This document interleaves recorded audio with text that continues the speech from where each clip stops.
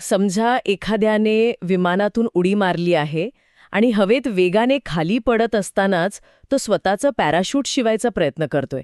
म्हणजे ऐकायला खूपच विचित्र वाटतं ना? हो, अगदीच विचित्र आहे. म्हणजे कोण करेल असं? पण आपल्या आजूबाजूला अनेक जण आयुष्यातील सर्वात मोठ्या निर्णयाबाबत अगदी असंच करतात.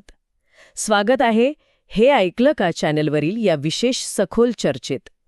आज आपण स्थैर्य विरुद्ध लग्न या अत्यंत महत्वाच्या वास्तवाचं विश्लेषण करणार आहोत. नक्कीच.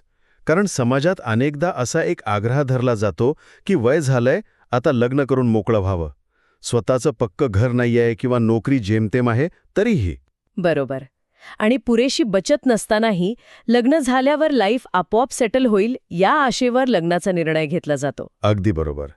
पण सेटल होणे म्हणजे नक्की काय, हाच यातील सर्वात महत्त्वाचा आणि गुंतागुंतीचा मुद्दा आहे. उपलब्ध माहितीनुसार केवळ लग्न करणे म्हणजे स्थैर्य नाहीये. हो, ती तर एका खूप मोठ्या प्रवासाची सुरुवात असू शकते. हो ना. आधी उडी मारा आणि पॅराशूटचं नंतर बघू, हा विचार प्रत्यक्षात कसा अंगलट येऊ शकतो हे वास्तवातील परिस्थितीवरून खूप छान स्पष्ट होतं. म्हणजे उपलब्ध माहितीमधील त्या एका 27 वर्षांच्या तरुणाचीच परिस्थिती बघूया ना आपण. तो एका शेअरिंग रूममध्ये राहतोय. पगार एवढाच आहे की महिनाभराचा खर्च जेमतेम भागतो. पण घरच्यांचा आणि समाजाचा दबाव वाढतो आणि बाकी नंतर बघू असा विचार करून तो लग्नाला होकार देतो. हो, आणि सुरुवातीचे 2-3 महिने एकदम मस्त जातात. हनीमूनचे व्हाईब्स असतात. आणि ते सोशल मीडियावर टाकण्यासाठी छान छान फोटो आणि रील्स वगैरे. हो, तेच. सगळं कसं स्वप्नवत वाटतं. पण जेव्हा हा सुरुवातीचा उत्साह ओसरतो तेव्हा वास्तवाचा सामना करावा लागतो. बापरे, मग पुढे काय होतं? खरी गोम इथेच आहे.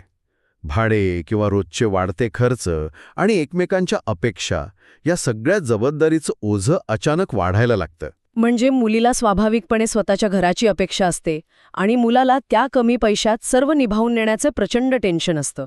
अगदी तसंच. सुरुवातीचे जे इंस्टाग्राम परफेक्ट क्षण असतात ना, ते महिन्याअखेरीस येणाऱ्या बिलांपुढे अगदी फिक्के पडतात. खरे. आणि आर्थिक तयारी अजिबात नसल्यामुळे ती साधी ॲडजस्टमेंट लवकरच एका मोठ्या मानसिक संघर्षात बदलते. पैशांची चिंता नातेसंबंधांवर थेट परिणाम करू लागते. हो, आणि हे खूप जोडप्यांच्या बाबतीत घडतं. पण मला इथे एक सांगा, इथे एक मोठा विरोधाभास दिसतो. जर सुरुवातीला स्वतःचं घर आणि पैसा नसणे हेच भांडणाचं मुख्य कारण असेल, तर मग अशीही काही जोडपी आहेत ज्यांनी अगदी शून्यातून सुरुवात केली. हां, बरोबर आहे. उपलब्ध माहितीनुसार एका मध्यमवर्गीय जोडप्याची अशीच एक केस आहे. त्यांच्याकडेही लग्नाच्या वेळी कोणतीही मोठी बचत नव्हती किंवा स्वतःचं घर नव्हतं.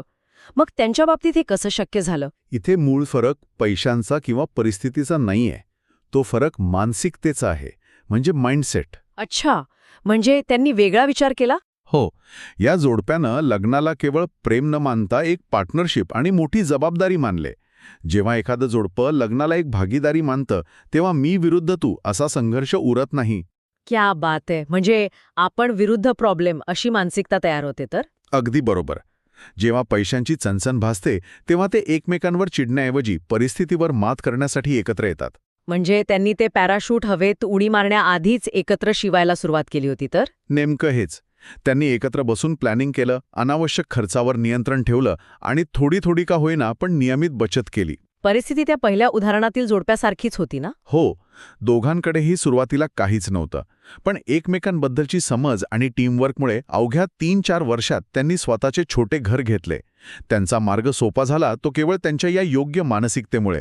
या सगळ्या विश्लेषणाचा निष्कर्ष असा निघतो की घर नाही तर लग्न करायचे की नाही हा मुळात चुकीचा प्रश्न आहे. हो, प्रश्नच चुकीचा आहे. खरा प्रश्न हा असायला हवा की लग्नासारख्या मोठ्या निर्णयासाठी मानसिक आणि आर्थिकदृष्ट्या आपण पुरेशी तयारी केली आहे का? अगदी 100% खरंय. जर दोघांचीही तयारी असेल आणि मानसिकता खंबीर असेल तर एका छोट्याशा रूममधूनही एक स्थिर आणि सुंदर जग निर्माण करता येतं. बरोबर. लग्न म्हणजे फक्त 2 व्यक्तींनी एकत्र येणं नाहीये, तर दोघांनी मिळून खऱ्या अर्थाने आयुष्य उभं करणं आहे. खरंच खूप विचार करायला लावणारे हे वास्तव आहे.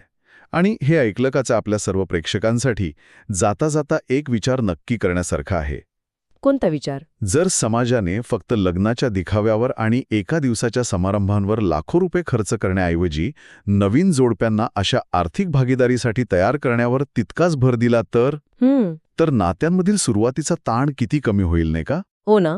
हवेत असताना पॅराशूट शिवण्याची वेळच कुणावर येणार नाही. तर पहिले स्थैर्य की पहिले लग्न यावर प्रेक्षकांचं मत काय आहे हे कमेंट्समध्ये नक्की सांगावे. आणि अशाच वास्तववादी माहितीसाठी हे ऐकलं का चॅनलला फॉलो करायला विसरू नका.